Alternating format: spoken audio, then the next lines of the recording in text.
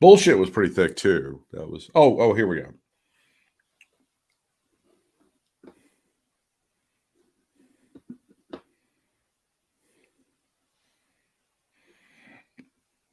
You know, there are no greater fans in all of sports than the Cameron Crazies. Yeah. Oh, by the way, thanks for reminding me that the song Everywhere by Fleetwood Mac, sung by Christine McVie, is in a car commercial now. I didn't know that, and neither did anybody else. No one knew Jesus it. Christ, what the fuck is wrong with you? Some people don't watch a lot of watch a lot of television these days, so they may have missed that. As it turns out, they don't know that Paul Giamatti's in a Verizon commercial. Captain Cliche. Hello. I want to be with you everywhere, which was the biggest hit Fleetwood Mac ever had. What about that thing with the marching band? That was a good one. Tusk. Downtown, man. University of Southern California marching band, I believe.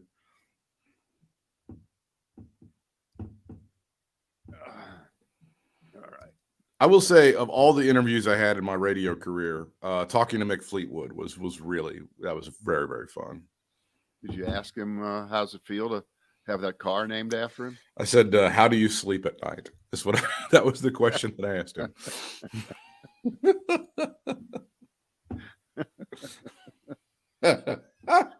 By the way, kind of an all-purpose question. Got to say, it's for the situation, it was pretty appropriate, really.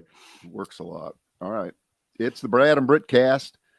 This one wraps up our week, which wraps up for us in the Thursday, 1:30 p.m. Eastern hour. And we take a few days off. We retool. We come back on Monday. Wow, a lot of things to get to. Should we play the clip of the day here? Oh, boy. Yeah, play the clip of the day. I hope it's Kanye and Alex Jones. You got it. First of all, and for folks that are not watching, just listening, if you haven't seen this clip, it looks just like, and you tell me if I'm right about this. This looks just like a pre-game, pre-show wrestling thing from 1982, because one guy has a full mask on. You can't see who it is, but you know who it is. You know the voice, you know what they're talking about. But for some reason, that person thinks being in a mask means something, and you have two other people. Well, generally speaking, what would happen is you had a guy who had lost a loser leaves town mask, and he'd come back and he'd put the mask on and go, well, I know that so-and-so. He's just coming. It's not fair. I beat him. He's not supposed to be here. Right, and then, yeah. So here he is. And I guess it's officially Ye, as in Kanye. It's not Ye. No, it's Ye. Ye, of course, is the Hebrew pronunciation of it. Oh, you see what I did there, sir? Like, if he dropped dead today, I would go, yay. It's kind of like that. That's how I remember it anyway. That would be it. So he's sitting to the right or to the left, as you look at it on the screen, of Alex Jones. And I do believe that's not Tito Fuentes, a great ball player for the San Francisco Giants in the 60s and 70s, but a relative of his, Nick Fuentes, America's #1 anti-Semite. But when you're on the same screen with Kanye West, it's hard to decide who's #1. This is 47 seconds, and it's kind of self-explanatory. Mr. Jones, the floor is first yours.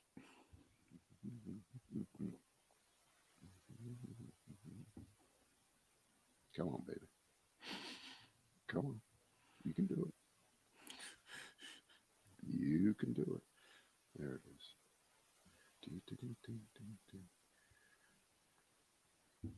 Every day.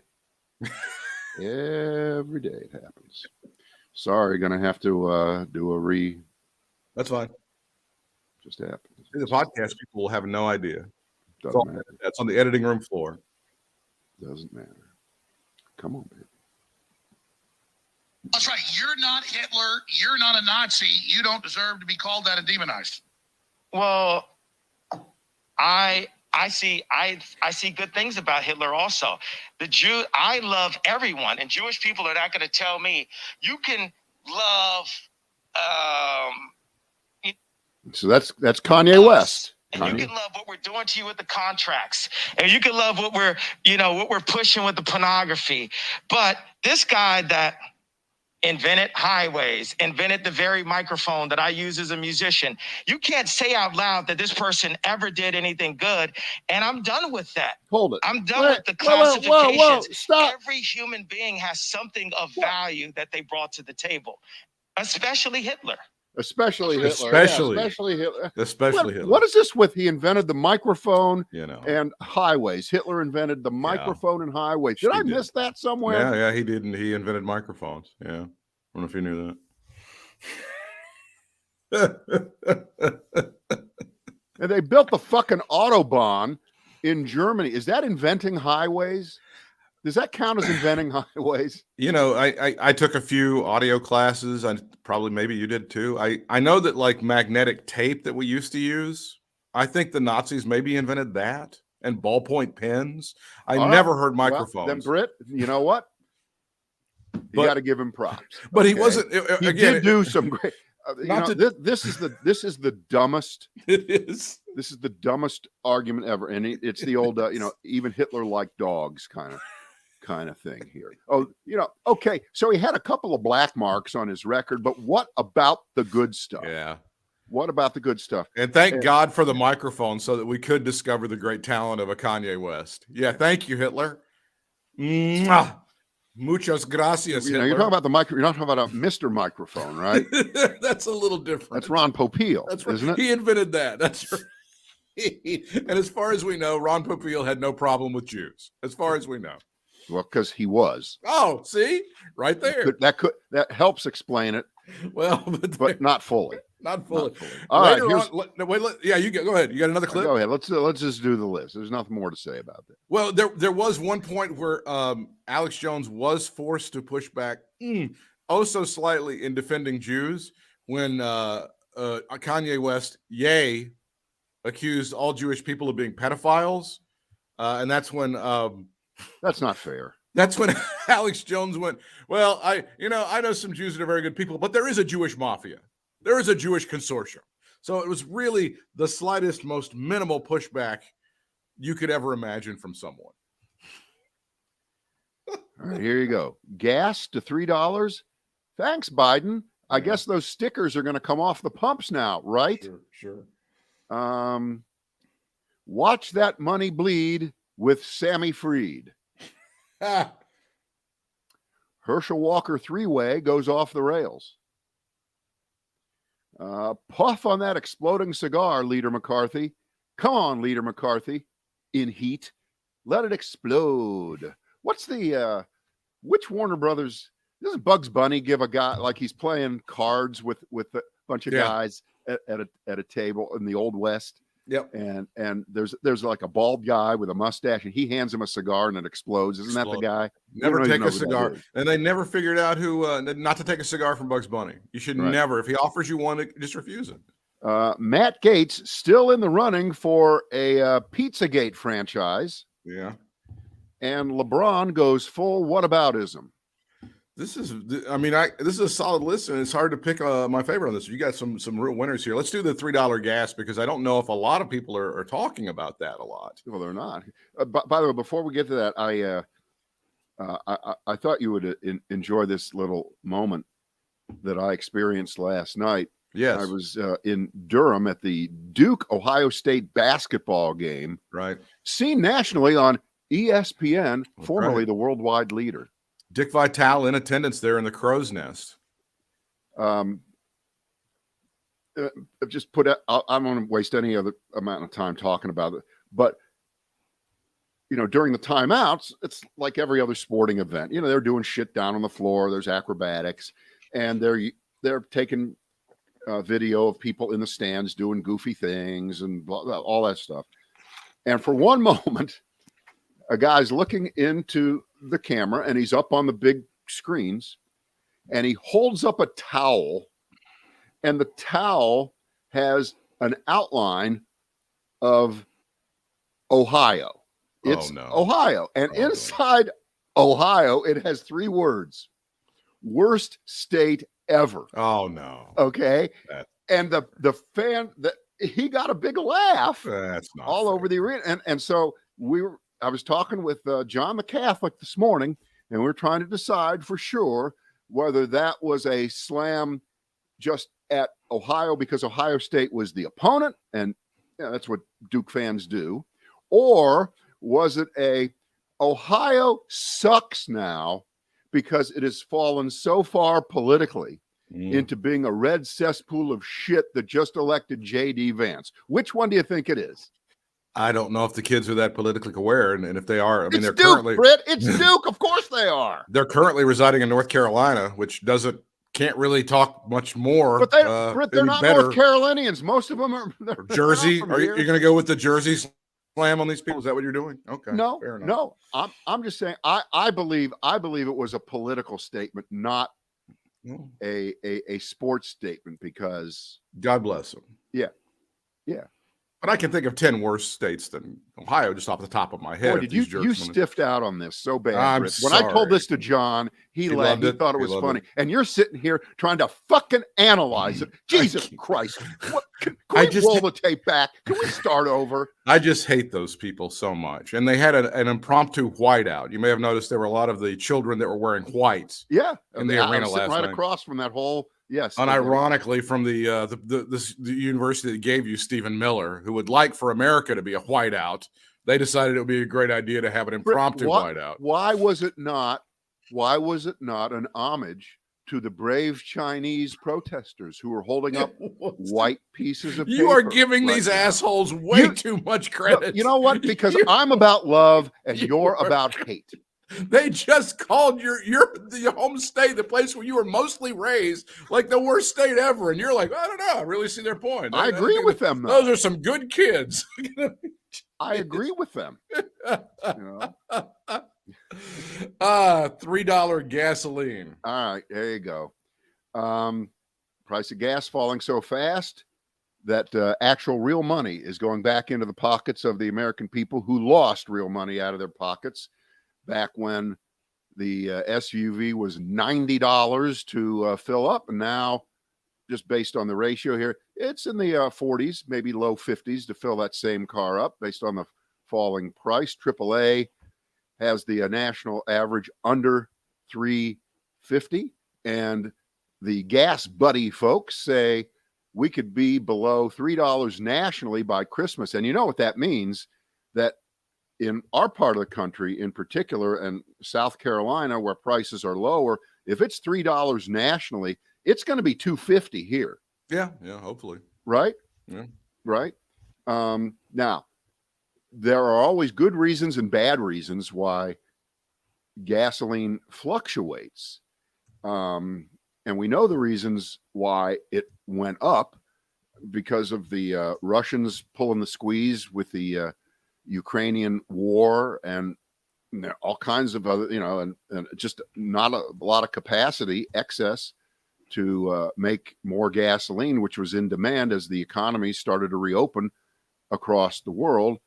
And now we have the opposite reason. Of course, the reasons that gas went up are bad. And actually, the reasons that they're going down, they're really not good. But you don't get to question it and say, oh, the economy sucks. We're going into a recession. People aren't driving and using as much oil. That's why it's going down. That's Biden's fault. No, you don't get to play that game.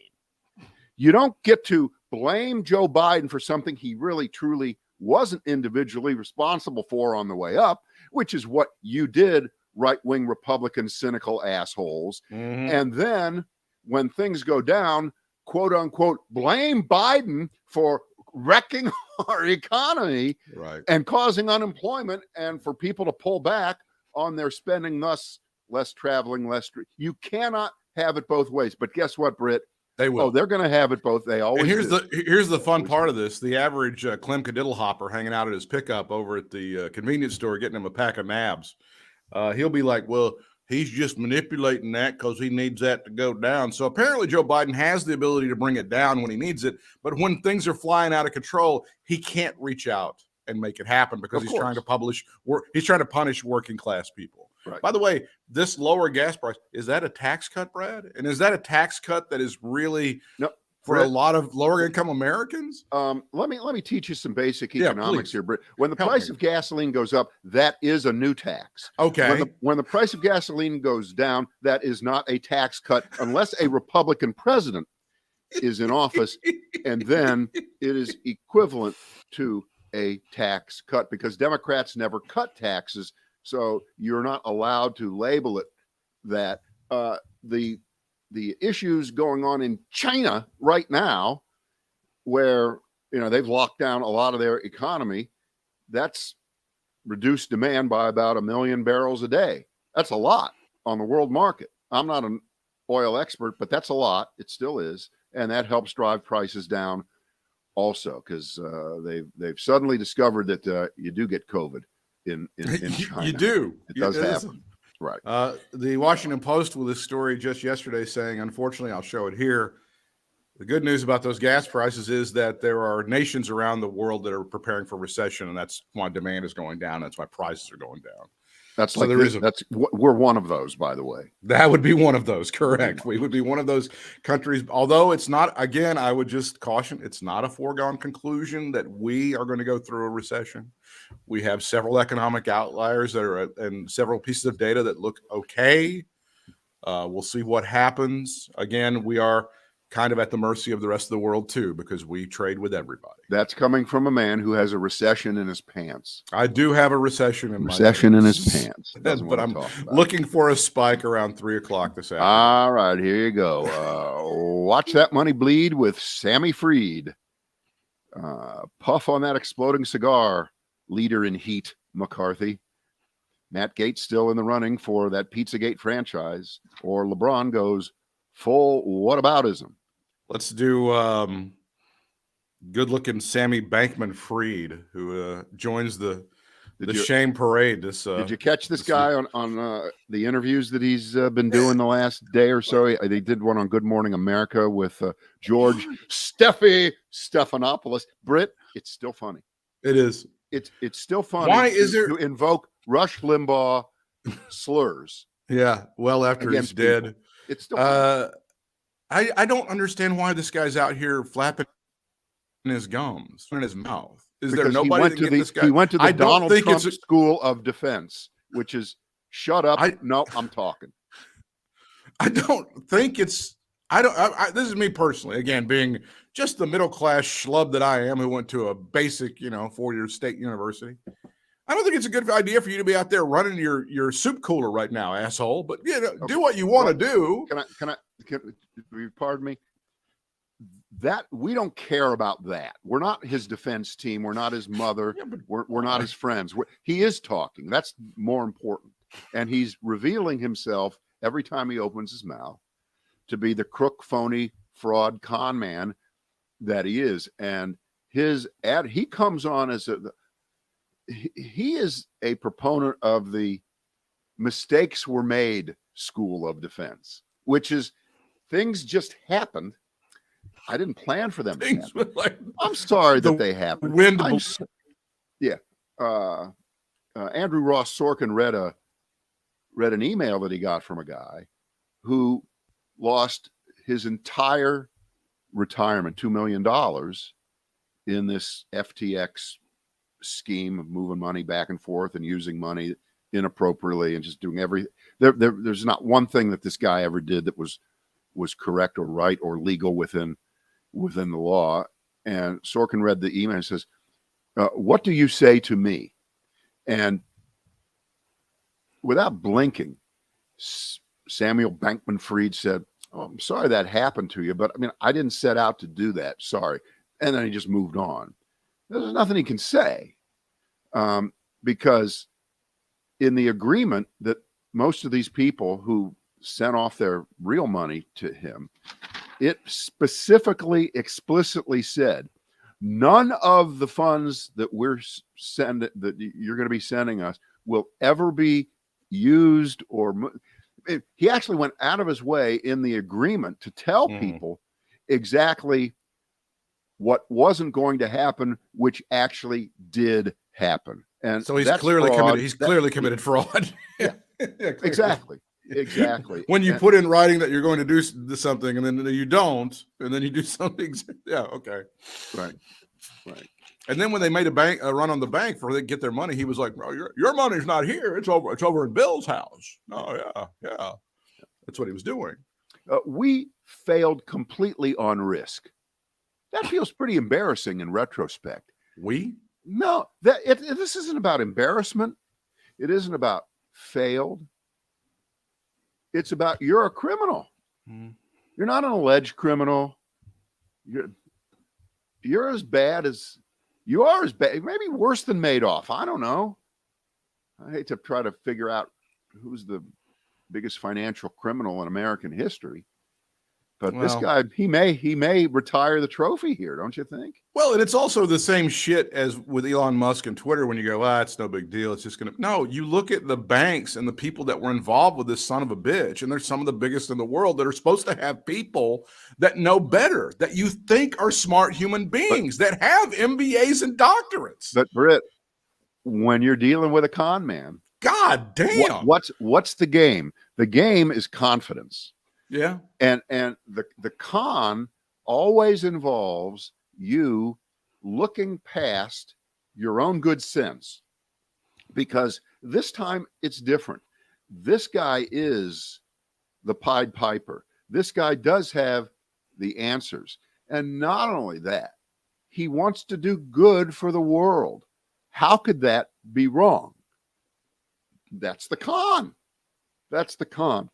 And I guess he was good at it. I don't know about you. I never, ever saw him speak or no. I never even, and Britt, I watch a lot of financial. He would have stuck out to you stuff all the time. I swear to you, I'd never heard of him until a month ago. He would have stuck out to you because he looks like some 60-year-old skateboarder walking out of Family Dollar. If you would have seen him, you would have remembered. I know, but because I'm not a crypto, I guess this is proof I'm not a crypto guy. Well, yeah. Because if I was at any level, I guess I would know who he is, but I've no association with it. I don't follow it. I mean, I just see the price every day like everyone else. And this is the kind of people that this guy was able to screw. The Miami Heat arena up until about 3 weeks ago had the name of FTX on it. They were the title sponsor of that arena. Well, Major League Baseball players, when you saw the World Series, the umpires had FTX logos for which the Major League Baseball was paid millions of dollars. Was the stadium where the Houston Astros played Enron Field at one point? It was Enron Stadium, sure. That's what it was. And these are the other couple pieces about this. Apparently, Jim Cramer went off on this guy, which is not. It's low-hanging fruit at this point, but that's fine. And Jimbo does the good rants about what an asshole con man this is. This guy, are you familiar with this Robert Kiyosaki guy, the rich dad, poor dad guy? I've seen him. Yeah, I've seen him. He's creepy. Now saying it's the end of the world. Dogs and cats sleeping together. You might as well burn your clothes. It's not. Huge, massive, biggest bubble in history is coming. However, this caveat, Kiyosaki is still fairly bullish on crypto, as it turns out, as you read further in the market. That's what such a fucko this guy is. It's fortunately not a big enough part of the world economy to bring the house down, I don't think. But I hope this puts the stake in this fantasy that these people have dreamed up about this crypto shit. I'm sorry. Bitcoin, Dogecoin. I don't think it has. Again, Jesus. This is like everything is the same argument. It's like if Trump isn't dead until he's dead, crypto isn't gone until it's gone. Nothing goes away until it's officially gone. And there's always going to be a new group of people willing to bid shit back up. It's going to be a new group. And then there's a whole group of people right now who are able to sustain the losses without having to sell out. Not everybody sold or dumped at the bottom, and they're hanging on, and they think it's still going to be a thing. So I don't know. I'm going to go Warren Buffett and Charlie Munger on this shit. If you can't tell me in about 5 seconds what this shit does, I ain't buying it. If you can't explain to me like in just 2 coherent sentences what this shit is and what it does, no way. I'm out. That's a fairly simple rule in life, I think. I'm going to argue with that one. Do the Matt Gaetz story. All right. Matt Gaetz's buddy is going up the river. His name is Joel Greenberg. He's a tax collector in Florida. He cooperated with the Justice Department, and he's getting 11 years in prison for all kinds of great stuff: sex trafficking a 17-year-old girl, stalking a political rival, stealing $400,000 in taxpayer money to buy, that's right, cryptocurrencies and sports memorabilia. But he hoped to get a lesser sentence, and he cooperated and spoke about Matt Gaetz, the just reelected congressman from Florida. So if he's getting 11 years and he cooperated, what would he have gotten if he didn't cooperate? Life? Well, it's a great, and Matt Gaetz, by the way, has been fairly low key for Matt Gaetz recently. Right. All right. So the judge in the case, federal judge Greg Presnell, says, in 22 years, I've never experienced a case like this. I've never seen a defendant who has committed so many different types of crimes in such a short period. So he's an all-around, highly skilled, jack of all trades, master of none kind of criminal. So they gave him credit for that, no question about it. We don't know what that means for Matt Gaetz, who has not been charged yet. But as we like to ask many people, Britt, Matt Gaetz, how do you sleep at night right now? Mr. Greenberg told the feds that he witnessed Mr. Gaetz having sex with a 17-year-old and that she got paid, assumedly not in crypto. So they're saying that he did give truthful testimony, but the girl says she doesn't think she was a victim. Yeah, you don't get to decide if you're a victim or not. That's why they call it the state versus blah, blah, blah. Yeah. I don't know if you know that or not. Yeah. I didn't know you were allowed to have sex with a 17-year-old anyway. I got stabbed, but I don't consider myself a victim. Just go ahead and let him go. Yeah. Well, that's not exactly how this works. Mr. Greenberg came from a well-to-do Florida family that owned a chain of dentist offices. Mr. Greenberg had tried as an adult to make it as a businessman, but he just failed.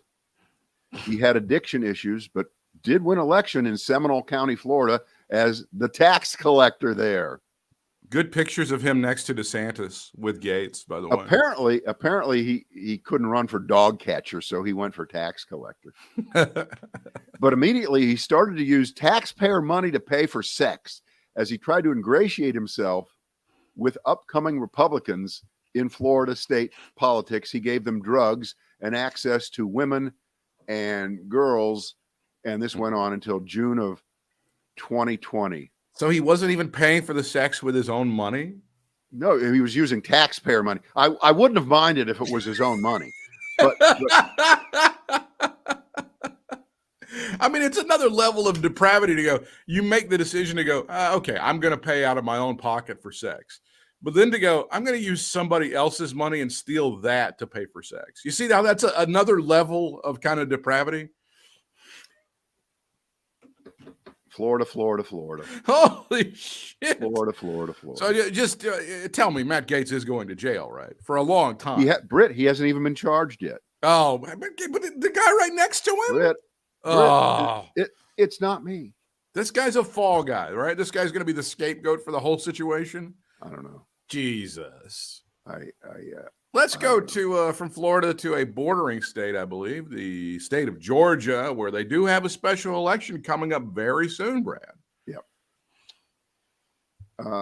We have brand new stuff about Herschel Walker, and this is not he's actually a resident of Texas story. That's already old news. Yeah, we've already forgotten about that one, right? No, we haven't. No, we haven't. But we have more women coming forward to detail allegations about Herschel Walker. This is an interview with the Daily Beast. Longtime Herschel Walker girlfriend Cheryl Parsa, Parsa, detailed an incident in which Herschel Walker got violent after she caught him with another woman back in 2005. According to Miss Parsha, Walker became enraged after she walked in on him with another woman, and he started swinging his fist at her, which, you know, when you think about it, how dare she walk in on him when he's fucking around with another woman? It's fair. He You thought can he was the wait. girl, You yeah. can have a sandwich, or you can just like eat, a Diet Coke or something. Just hang on for a minute. I'll be done soon. I thought he was going to beat me. She got out of the room in fear that Walker was going to get the opportunity to beat the hell out of her. In addition to that violent incident, Ms. Parsha also claims that Herschel Walker would use his diagnosed mental illness as a justification for his poor behavior. He's a pathological liar, absolutely, says she. But it's more than that. He knows how to manipulate his disease in order to manipulate people, while at times being simultaneously completely out of control. And have you heard this? I don't think he's done a real press conference like for 2 months or something Ever. And there, I guess there's some rule now that he gets roped off by 20 feet away from people, members of the, and I'm thinking, again, this is always a stretch and a reach when you're talking about Republicans in general. They don't have what you call a great self-effacing sense of humor. And because Herschel Walker was, a legendary running back in college football, and he had a pretty good damn NFL career too, Herschel Walker could have gotten like 5 giant guys, put jerseys on them and had them stand 20 feet in front of him to block for Herschel Walker. Blocking for Herschel Walker, it's not that funny, but it's better than a rope line that you have to stay behind if you're addressing Herschel Walker. Anything. Britt, I'm going to go on the record here. You ready? Double-digit win for Raphael Warnock in this. Oh, your lips to God's ears. I hope that's correct. I I'm think just this I'm is headed nervous. over the cliff so bad.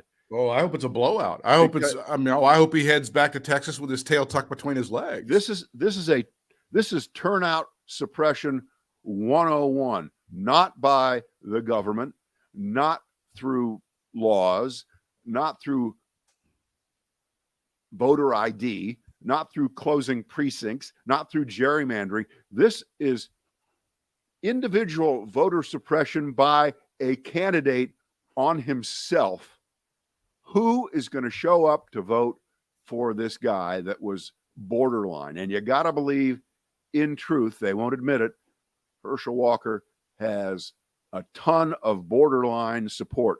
Raphael Warnock has no borderline support.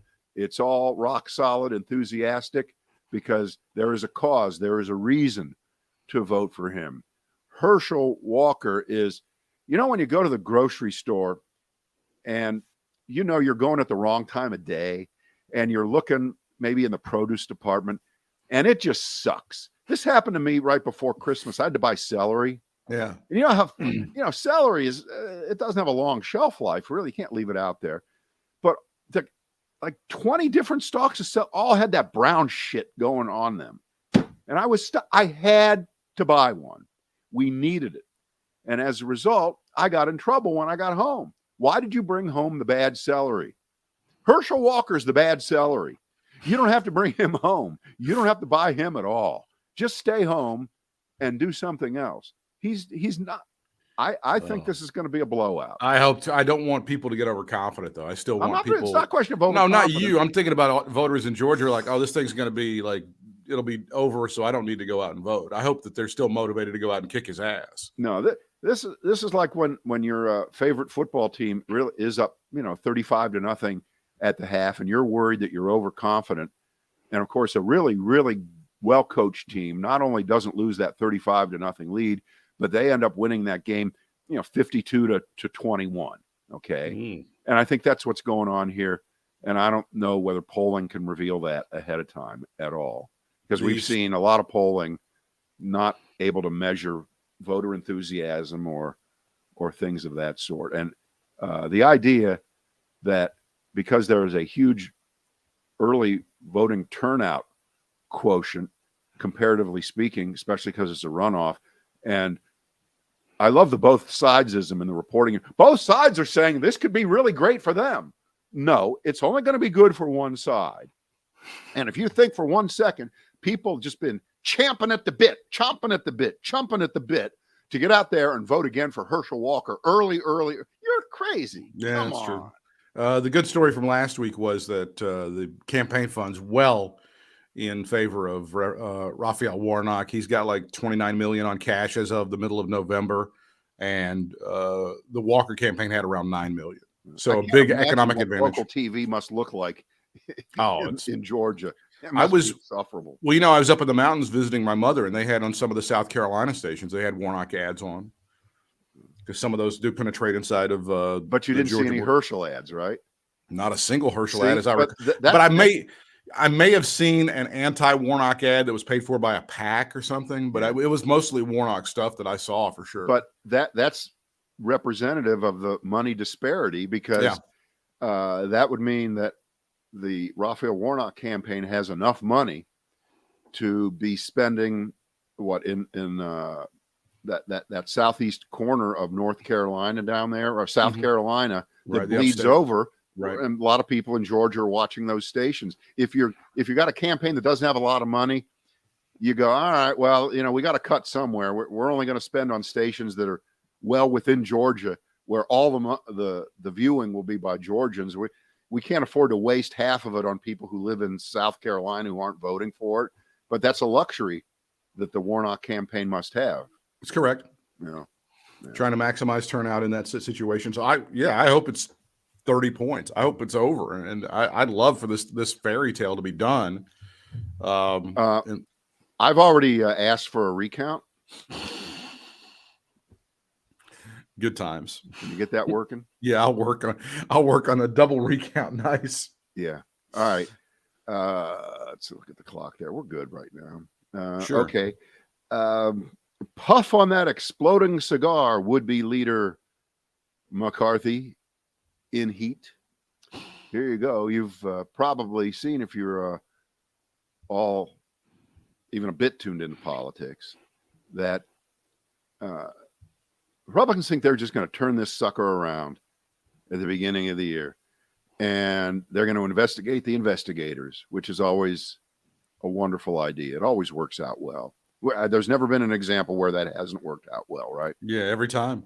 And the thesis, I guess, of the hearings that they're going to hold on what happened on January 6th, which they claim were incomplete. They left the rest of the story out, which is, why the fuck were people able to breach the Capitol and do what they did? Why didn't, and this will be the theme, I guess, why didn't Nancy Pelosi and or Chuck Schumer halt this in its tracks? Because they singularly are responsible for security at the Capitol, which is not true, but they will start to lie probably from the first paragraph on, when McCarthy makes an opening statement here. That's going to be their thesis. But there's things that are going to be revealed, I think, that are going to backfire so badly on them, because it isn't as if the Democratic Party and Adam Kinzinger and Liz Cheney are going to just sit back and, eat bonbons and watch TV while this bullshit happens. They may, and I hope they will, they may be able at that point bring up the important issue of, it isn't about whether Chuck Schumer or Nancy Pelosi called 911, which would have stopped all this. That's shorthand. But how many members of the Capitol Police, not the heroic ones that we know about, not the ones who gave their lives, the ones who really were the last bulwark of democracy there on that day, how many of the ones who we don't know were in on this, who let things get out of hand when they were privy to information days ahead of time? Now, that's an important question. And that's not what the January 6th committee, the one that we've seen, has charged itself to do.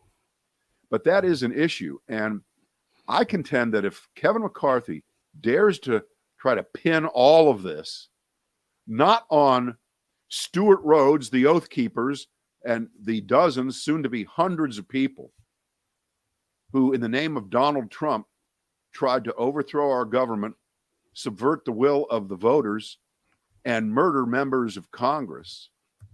If Republicans think that that was just a side issue, secondary to why wasn't the violence snuffed out ahead of time, that Donald Trump is an innocent party here, stop going after him, this is going to blow up in their face worse than anything that ever happened with overreach on Bill Clinton's impeachment or Benghazi or any of that shit. This is going to be worse than that. I don't know why they think that this is some kind of golden ticket back to something, back to power. Your take, sir. You said a long time ago that he was not going to be the Speaker of the House, and I kind of poo-pooed that. But I am starting to. I'm on your side on this one. The food fight, as far as McCarthy being the Speaker of the House, I don't think he's ever been further away. He does not have the votes right now, and he's tried to let these crazy ass that faction of the Republican Party run nuts with all their Hunter Biden bullshit over the past couple of weeks. Yeah, I mean, I'm glad you said that, because I just went through this long thing under the assumption that he would be. No. But you bring up maybe the more important question, which should have preceded what I'm saying. Yeah, which is, by him, quote unquote, promising, not threatening, promising to do these things, does that enhance or decrease his likelihood of ultimately being Speaker? Because this is clearly a sop to the wackos. This is a sop to Louis Gohmert, right, and Andy Biggs, and Marjorie Taylor Greene and Lauren Boebert. Right. So if he gets them, does he lose whatever? And this is in the biggest air quotes ever, reasonable Republicans will be voting for Speaker, because there really aren't any reasonable Republicans at this point. If you've cast your lot and stayed a Republican, if you haven't gone Liz Cheney, if you haven't gone Adam Kinzinger, then you're the whole Republican Party is that. They are Marjorie Taylor Greene, and Kevin McCarthy has promised to elevate her back into committee status, of course, when he gets the chance. So yeah. You're casting your lot with that. It's one thing to be a coalition government. And by the way, a great example is, the soon-to-be former Prime Minister of Israel, who was only in the gig for about a year. He's come the closest since the foundation of Israel to having a true coalition of government of right-wingers, left-wingers, middle-wingers, people that would never speak to each other, people who would spit on each other politically. He actually had them together, and they got some shit done in Israel the last year, in between apparently Benjamin Netanyahu being run out and I guess ready to reassert himself as prime minister. Gee, sound familiar? Yeah, it does. Sound familiar? A little bit. Yeah. So. Well, it's still a Trump problem. Like Trump, it's still, if Trump endorses McCarthy, which he ain't doing right now, as the guy, then they'll go along with it, or it'll muddy the waters. But it's still a Trump issue, no matter how you slice it. It's not a Kevin McCarthy issue. It's the way that he kissed the ass of Donald Trump, and he has sublimated himself to Donald Trump now for 7 years, 8 years, whatever it is. I mean, it's pretty bad that we now can't remember. Whatever it is, I know it was. was. Yeah. I remember very, very well that the very first appearance that he made, and people didn't know he was going to show up, was at that Reagan Library, and it was August the 6th of 2015. And he showed up with all of the clowns, and they were like, he's not going to do it. He's not really going to do it. And he did show up at the debate, and it's been hell on wheels ever since. It's been an amazing 7+ almost 8 years ever since, 7.5 years. Yeah. All right. Let's finish up here with LeBron James going full whataboutism. And he's, I think he's wrong on this. I think everything is not the same. Everything isn't equal. He's pissed that poor Kyrie Irving is being obliterated for his anti-Semitism and sharing the link to this anti-Semitic movie, which I guess is still available on Amazon, different issue, called Hebrews to Negroes, Wake Up Black America. And it's got a lot of the anti-Semitic tropes that we know and love. And, you know, Kyrie Irving he's getting a lot of shit for it, rightfully so, from the commissioner on down to, does he have any endorsements left? Does Kyrie Irving have any endorsements? Not that I'm aware. Again, another Duke University problem. Yeah, it's another Duke problem. But you know, his jersey does not hang in the rafters there. And I know he only played 11 or 12 games, but he was still enough there, and he did it. So, and he was, so LeBron James's complaint here is that Jerry Jones, the owner of the Dallas Cowboys in 1957, was there when they were blocking the schoolhouse doors in Arkansas. Or was that Alabama? It was Arkansas. It was Arkansas. It was a Little Rock. During the days of segregation and desegregation after the Brown versus Board decision of a few years before. And there's this black and white picture of a whole bunch of white guys kind of blocking the way of some black kids trying to get into school.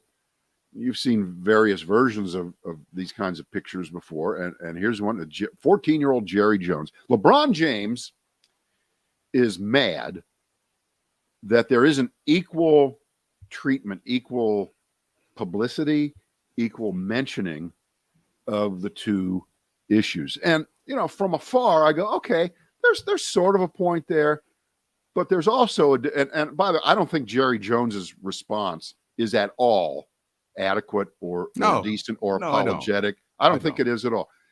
That being said, I thought at some level we were trying to get out of the business of going back in people's lives and finding a tweet that they did 20 years ago, a picture that was taken. In the case of Jerry Jones, let's see, that's 65 years, 75 years ago. Yeah, 75 years, whatever the fuck it is, forever ago.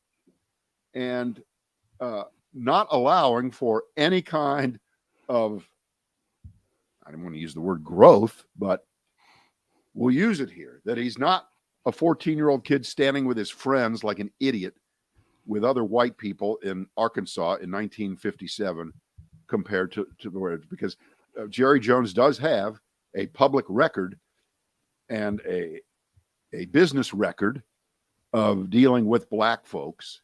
And I've never heard him called a racist ever. Have you? No, but I'm also with you that the explanation is thin. Right. But even if his explanation sucks, even if Jerry Jones said, you know what, it was great, I was glad I was there, that was the way, you know, which he didn't say. Even if he would have said that, I don't think that's nearly the same as the current activities of Kyrie Irving. No, who doubles down every and time stays with it, and all. I just don't think they're equal. But I think LeBron James is off the mark here, and I think that Stephen A. Smith is off the fucking mark for thinking that LeBron James is now Dag Hammarskjöld and Albert Einstein, and the great philosopher that he is for saying that. Okay. I'll follow you down to the ground on this. This is LeBron James, who has made no mystery that he wants to be the owner of an NBA franchise in Las Vegas. He said that publicly. And you know, look, and I like LeBron James. I don't think he's a bad person at all. I just think he's dead flat wrong on this. Well, let's follow this down to the ground. The NFL says to Jerry Jones, that's it. That racist photograph from you in 1957 is a bridge too far. What happens next, Brett? Yes, he has to sell the team, Britt. Come on. Your punishment is you have to accept a check for about $6 billion for your franchise. No. Here's $6 billion. Yeah. I mean, you gotta give me something here, LeBron. I love you, but you got to give me something. Well, hang on. All right, but we have to consider that there are different shades and angles. What if Jerry Jones had been in blackface in 1957? Would that have changed? I mean, it would certainly give it a different perspective. But again, Yeah. the punishment remains the same. You have to go, and by the way, here's $6 billion. Yeah. And by the way, for the record, Britt Whitmire and I have never, ever told a racist joke. Oh no, We've never used a bad, never, not once. When they said the N-word, I had to look up what that was. I had no idea what that was. Yeah.